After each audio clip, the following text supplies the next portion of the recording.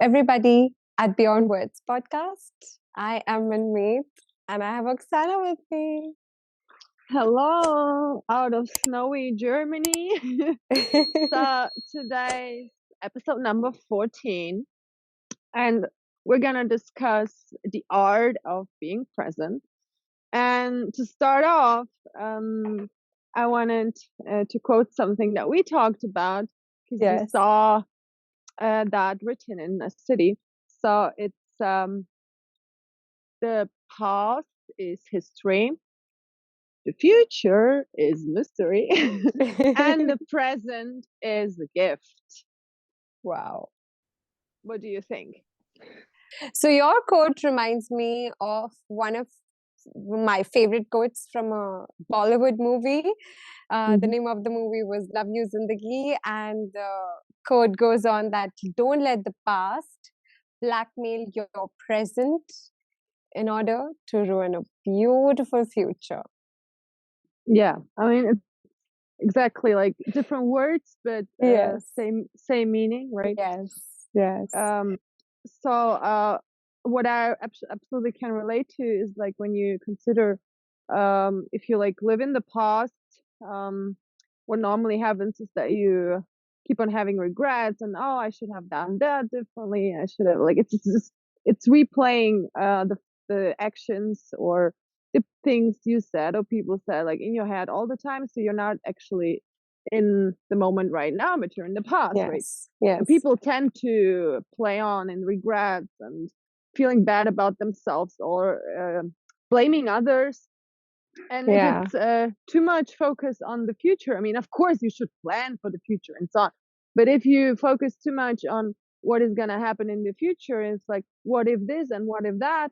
And then it's like a topic that we've already talked about, anxiety that can occur because you're like blocked a little bit. And I think it's something that paralyzes us.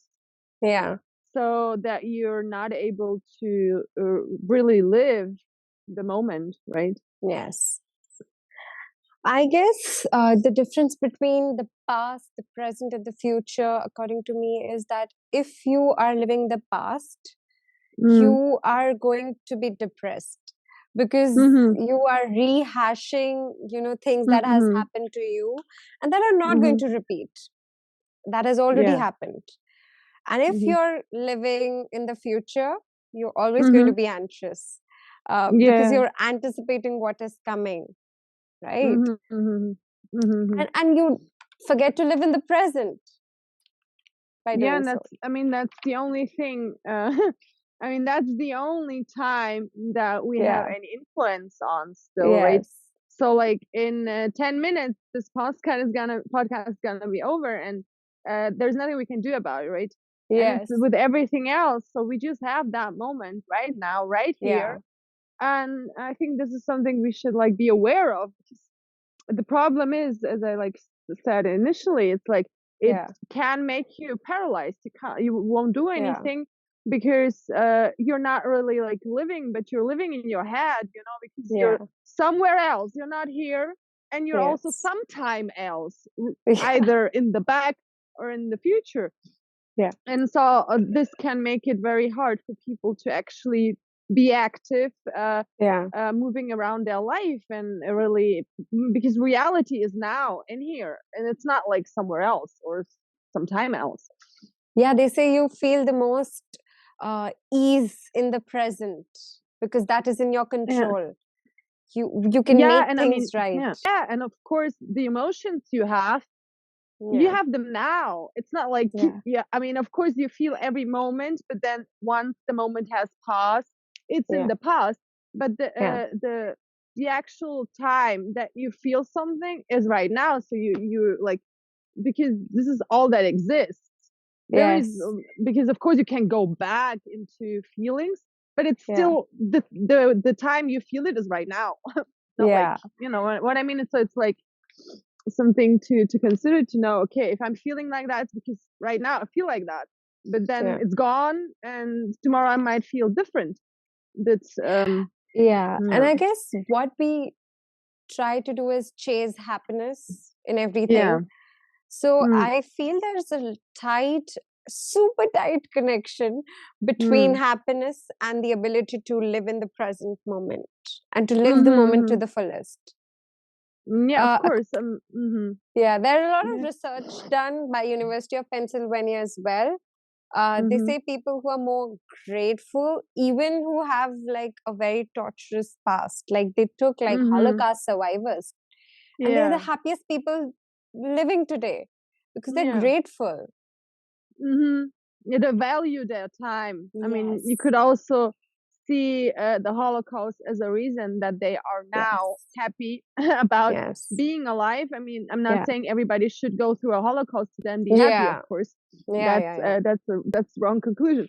I'm just saying that once you have been through hard times, and that's why, of course, it's important to know, okay, there is a past, there is a future. So what is definitely not the focus is to say, oh, I just have now and everything else is not important. It is to learn, you know, so like life is, that's, I mean, we have learning opportunities, I would say, all the time, right? So the past, it gives you the opportunity to do something different in the present, or maybe even do the same if it worked out, you know? Yeah. And then also, as your quote said, like, you know, to plan for a beautiful future and not let everything else ruin it. Yes. Yeah. And I guess so the key is to be grateful as well. Because, you know, like, of course, if I get up in the morning, I should be grateful rather than being anxious about the future or what has happened in the previous day. There are a lot of people who don't even get up, don't even get to see the sunlight anymore. So I guess for me, I try and consciously practice gratefulness whenever this happens. Because I guess everything said and done, it becomes like we have trained our mind to not be in the present. Right? Yeah. So it not takes a lot of but effort. Yeah. What do you do for practicing? Yeah, that's the thing. There are some techniques you can use to get yourself into the present moment if you notice that you're like going back into the past or feel anxious about the future. So of course, one thing would be like concentrating on your breathing. So breathing exercises can be, because this is something we normally do totally unconscious because it's automatic, right? You don't have to remind yourself all the time to breathe, right? I mean, and it's great that our body works that way. Otherwise, we would all like fall like dominoes all the time. But this is something that is also like recommended to just like, you know, make some breathing exercises. There are different techniques, of course. How to breathe. I mean, you could maybe add a link for people if they're interested, because there's many and different effects having breathing exercises. But the most important part is just like to realize, okay, let's just like intentionally focus on the breathing. And the other thing, I mean, we've already discussed that too, like sensation. Like sensing things around. Mindfulness practice. I mean, that's under the field of mindfulness practice. So like, can you explain a little bit what you mean by sensing? So if I start thinking about the past, or most of the time it's that I go in the past and I think about the events which are not like very happy ones, of course, and that disturbs me. So if I'm like sitting on the table, just to be back, I will try to sense the texture of the table. It may sound super creepy, but it works. No, of course. It like with a snap, I'm in the present. I'm living the moment. I'm not in the past. And then, unconsciously, I have to analyze and say, okay, this has already happened. Forgive yourself. Forgive everybody involved in it. And move on. We should definitely do a topic on forgiveness.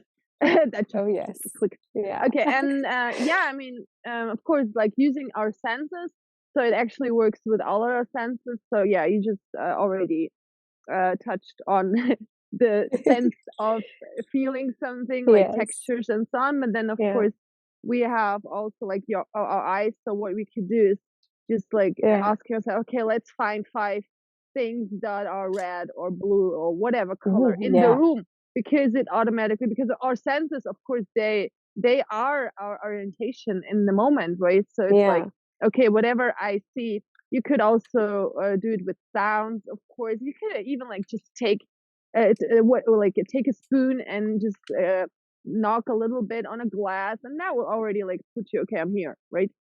Yes. So anything like seeing, but then it should be like you give yourself some task, right? Yeah. So you say, okay, let's find 5 things, and then it could be even 10. It doesn't really matter how many, you know. Yeah. And then you could say, okay, let's try smelling. So you just go to your fridge and just take stuff out and just smell on it. Okay, and and that or if you're might like sound in a garden like me, yeah, you can concentrate on the birds, their sound, the flowers, colors. Of course, if you're lucky to have beautiful flowers, that you can do that too. I mean, right now here there's not much to smell, but except for very cold air. And of course, like in my background, you can, you know, I'm sure you can listen to a lot of things like making noise. I'm outside today. But the basic thing is that the senses, they put us into the reality of things where we are. Yes. And I feel like not like moving ahead from past memories, but a lot of people have like a social anxiety, and whenever they are in like a social gathering kind of a setup and they cannot be in the present, they always anticipate, okay, everybody's talking, what should I say next, what will I say in the next 5 minutes, and that makes them anxious. So I guess for that you just need to forget everything else and concentrate. If you're talking to somebody, just concentrate on their words. The monotasking, right?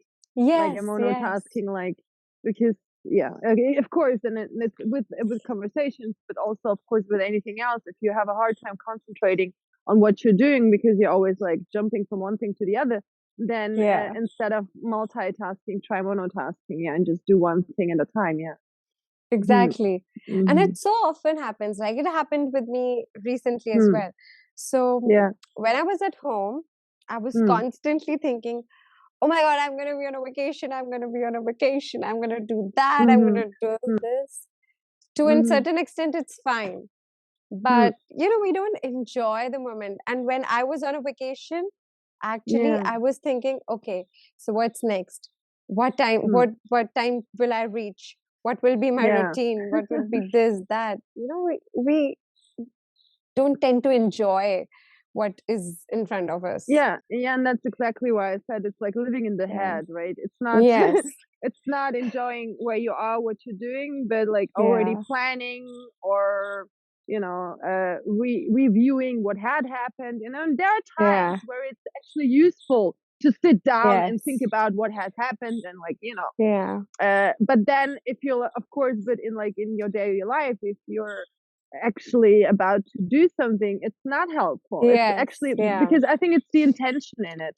If you're intentionally trying to do something, then the focus should be on that action and not on, you know, something in your head, you know. So and this really affects our own happiness, our own self, also a lot of relationships that we are connected to. If we, you know, like, if I'm not in the present, I'm not, like, if I'm talking to you, and I don't even give a damn what you're saying, I'm just lost in my thoughts, thinking about something else, someone else, somewhere else. And if this becomes a habit, it's totally going to ruin your relationship with everybody. So I guess it's important to realize the importance of being present, and then start being practicing mindfulness, I guess. Of course. And I mean, of course, and I think especially in a couple, it's the worst thing that can happen is that when you start reliving moments that maybe have been not that nice, you know, and blaming each other, and oh, why did you do that? Why didn't you do that? And or other in the other direction, like saying, oh, but we have to do this and that and this and that, and we still haven't done it, and you know, and then you never start. So I would actually also really like is like this image from boxing. So it's like always the next fight. You know, it's like saying, okay, that fight is over, so up to the next round. So it's like step, step, step. So Yeah, and not that's right. thinking about too much, because otherwise it's gonna ruin it. I think it's normal for people to do that. I mean, I also did that like more than once, of course. And I mean, that's basically, I think that's also the reason why we have movies about, you know, time traveling, about like people going back in time and going forward in time, because it's so to speak quite normal for people sometimes to want that, also to try to think that, okay, it would be so great if I could change this and that happened in the past.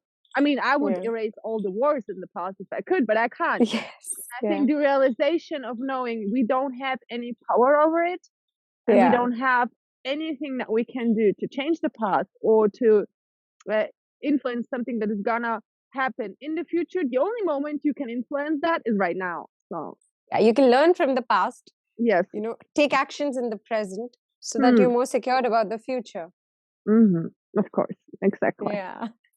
I would love our audience for this time to, in the comments, maybe either you can like share your experiences, of course, what you do, like to get yourself into the present moment, or even the struggles you've realized at some point, okay, in that moment I was not being present.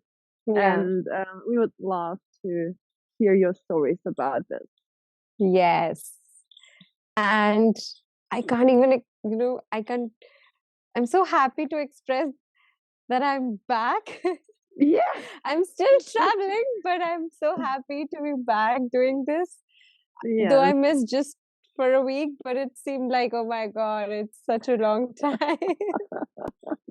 And you made a beautiful video the last time as well.